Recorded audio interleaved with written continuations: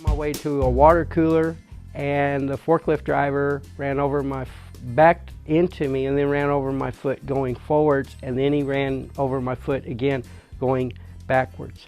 So it's forward and backwards, and it crushed my right foot, and I went under 8 surgeries to prepare to repair the damage that was done. We were prepared to move into an apartment that we once rented out, and to our surprise, we did not have a broken lease. We had what you call a balance owed. My wife started her job working out at a temporary company, and a coworker told her about Catholic Charities. You ought to see what they're about, see if they can help us. We were already having a time of just trying to keep food and the rent going each week. They were living in a hotel.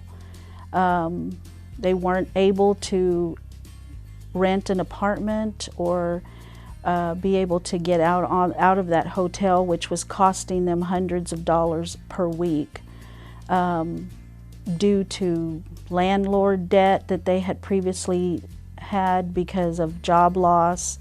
I remember that they were in financial debt with loans, and we were able to sit down, make a plan, get those loans taken care of. We provided clothing and resources for them to have food. We actually worked with lots of apartment debt that they had. We were able, through the donations of Catholic Charities, we were able to provide them some assistance. And we put in another application with the apartments that we're with now. It came back, you got the apartment. But the problem was, I just got paid, and we just paid the weekly's rent. So we didn't have any money whatsoever to go to the apartment, other than we had just enough to maybe cover the deposit, but they wanted the first month's rent as well. So we called Carol. Carol said, it'll be taken care of. And then next thing I know, not only is our deposit paid for in the first month's rent, but our electric bill is also paid for. She says, I don't want y'all to have any bills for the first month that y'all get the apartment.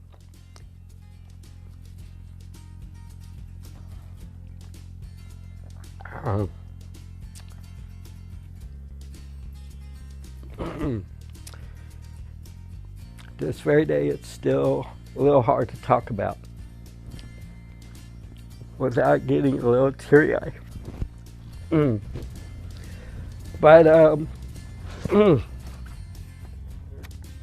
it's just exactly what you would expect.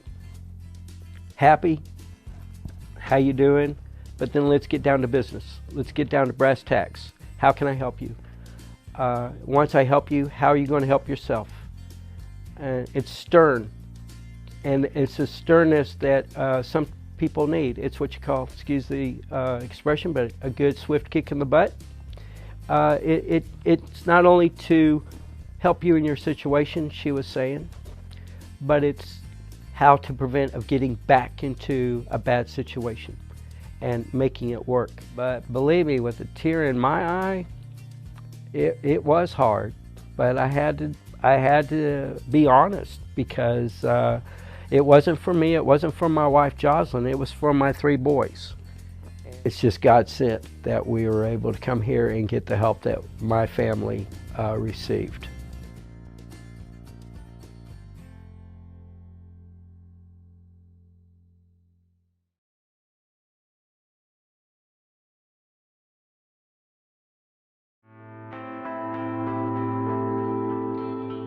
We came here to the United States with a tourist visa and the passport, but it had expired a few months later, and we decided to stay here to look for a better life and a better opportunity.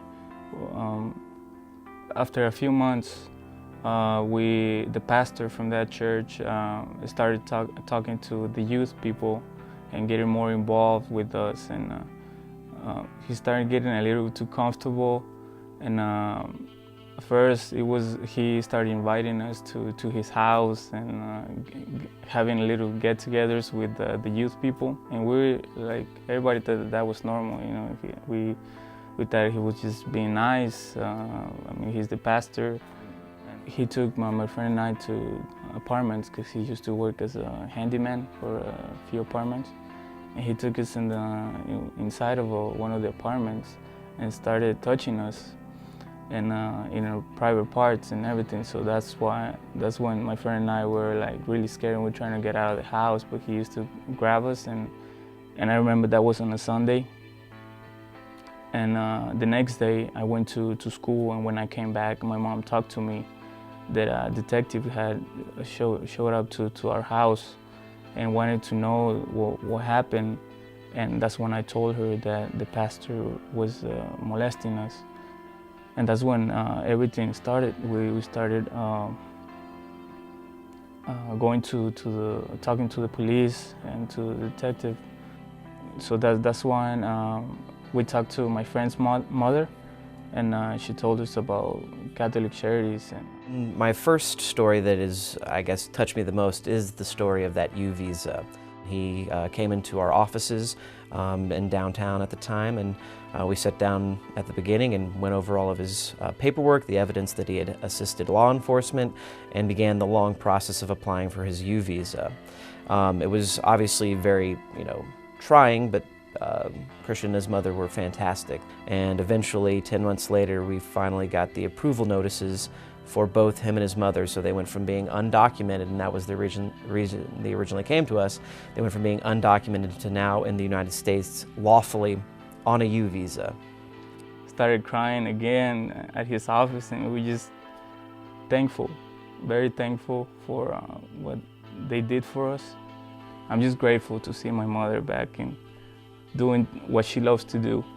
And I know that if we didn't have the work permit, or we didn't had come and talked to Catholic Charities, I'm pretty sure that none of this would have happened. I'm very grateful for what you did.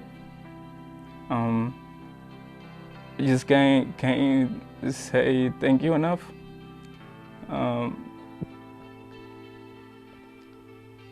Because I know that when I wake up every morning, I can say that I have a job,